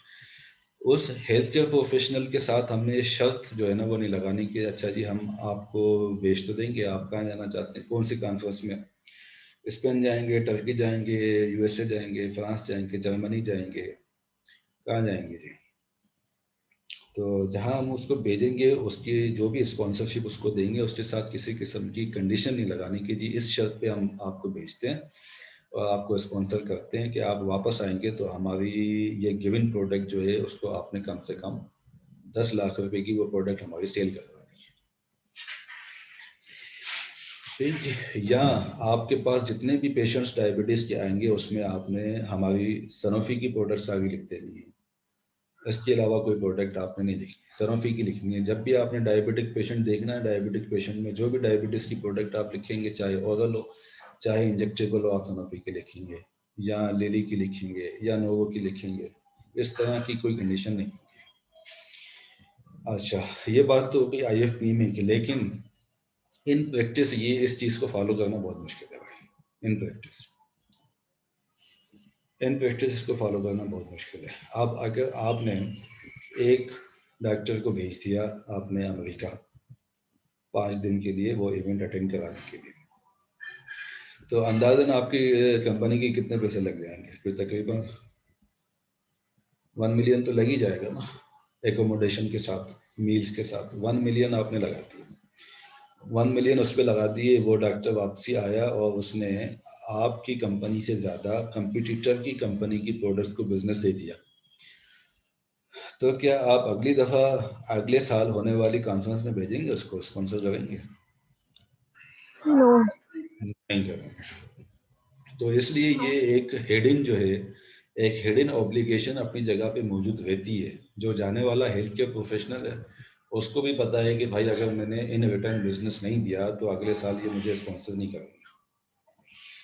और फार्मास्यूटिकल स्पॉन्सर करने वाली ऑर्गेनाइजेशन को भी ये जो है वो जहन में होता है, वो सिलेक्ट करते हैं। अगर कराची में 100 जो है वो ENT स्पेशलिस्ट हैं, 100 में से वो उसको भेजेंगे जिसके प्रैक्टिस कम से कम जो है टॉप 20% में आती है।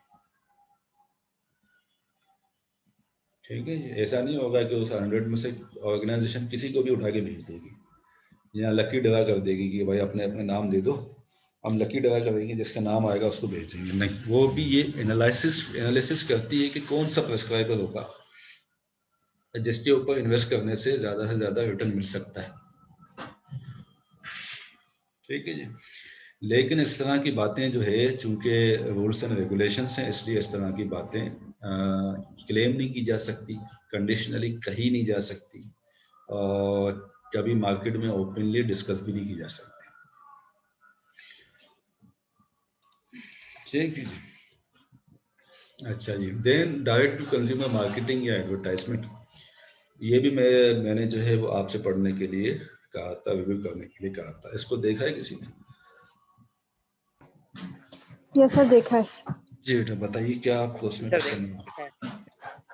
Sir direct to consumer marketing में ये होता है कि वो एडवर्टाइजमेंट के जो है एथिक्स बताते हैं, रूल्स बताते हैं कि कौन कौन सी चीज़ों को आपने एडवर्टाइज करना है, किसको नहीं करना है, और किस तरह से करना है, और किस किस तरह की एडवर्टाइजमेंट हो सकती है। बेसिकली है क्या मतलब डायरेक्ट टू कंज्यूमर मार्केटिंग है क्या? सर फार्मास्यूटिकल कंपनी डायरेक्ट जो प्रिस्क्रिप्शन प्रोडक्ट होती है उसको डायरेक्टली पेशेंट तक प्रमोट करती है। डायरेक्ट पेशेंट तक, हाँ, वो किस तरह से उनको दे सकते हैं। ठीक है। सर डायरेक्ट से product claim, reminder ad, help seeking ad, कुछ आर्गुमेंट्स थे, कुछ डिसआर्गुमेंट्स थे, कंक्लूजन निकला। 3 टाइप्स हैं उसके। ठीक है, 3 टाइप्स हैं। ठीक है, वो टाइप्स जो है वो हम डिस्कस करेंगे जब हम देखेंगे प्रमोशनल मटेरियल्स। हमारे पास एक सेपरेट सेक्शन है प्रमोशनल मटेरियल का, उसमें हम वो 3 टाइप्स जो आप बता रही हैं, हेल्प सीकिंग है और ये तो और है reminder ad, product claim advertisement है, तो उसको हम डिस्कस वहाँ पे करेंगे। अभी तक इसमें आपने ये देखना है कि डायरेक्ट टू कंज्यूमर मार्केटिंग वो मार्केटिंग है जिसमें कि डायरेक्ट कंज्यूमर जो है हमारा फार्मास्यूटिकल प्रोडक्ट का कंज्यूमर, उसको मार्केटिंग की जाती है। ठीक है जी। ये अलाउड है सिर्फ 2 कंट्रीज में। कौन कौन से में? न्यूजीलैंड न्यूजीलैंड और यूएसए में।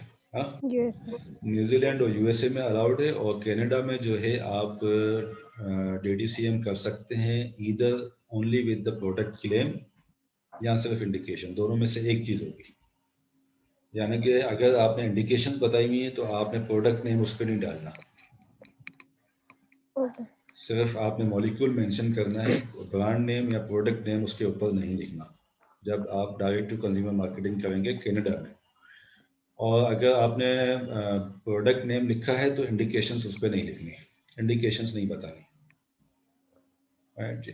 बाकी 2 कंट्रीज में न्यूजीलैंड में और यूएसए में ये अलाउड है। हमारे यहाँ चूंकि ये बहुत ज़्यादा बिल्कुल भी नहीं है, तो इसलिए हम इसको बहुत ज़्यादा डिस्कस नहीं कर रहे, लेकिन आप उसको स्टडी करें, उसके आर्ग्यूमेंट्स देखें, उसके आर्ग्यूमेंट्स क्या दिए हुए हैं उसकी फेवर में और उसके अगेंस्ट क्या दिए हुए, उसके बाद आप ये एनालिसिस करें कि आपको अगर ये चॉइस दी जाए कि आप DTCM पाकिस्तान में करें तो आपके ख्याल में ये होनी चाहिए या नहीं होनी चाहिए, आपका इसमें क्या ओपिनियन होगा, आप खुद से पाकिस्तान के पॉइंट ऑफ व्यू से क्या क्या क्या करना चाहेंगे। ठीक है जी, इस पॉइंट ऑफ व्यू से आप देख लीजिएगा, फिर किसी सेशन में हम कभी दोबारा DTCM हमारे सामने आती है तो हम आपसे ये बात डिस्कस कर लेंगे। ठीक है जी, ठीक है। तो यहाँ पर एक और बात ये है कि जो चीज़ें हमारे पास IFPMA की गाइडलाइंस में हैं वो मोर और लेस फॉलो अप्लाई होती हैं DTCM पर भी। ठीक है, अच्छा जी, केस ये जनाब, ये पिक्चर क्या कह रही है आपसे?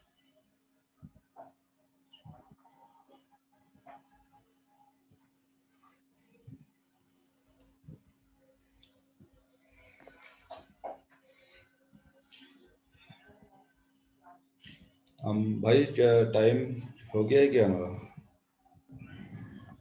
यस सर, टाइम भी हो गया। सर टाइम हो गया।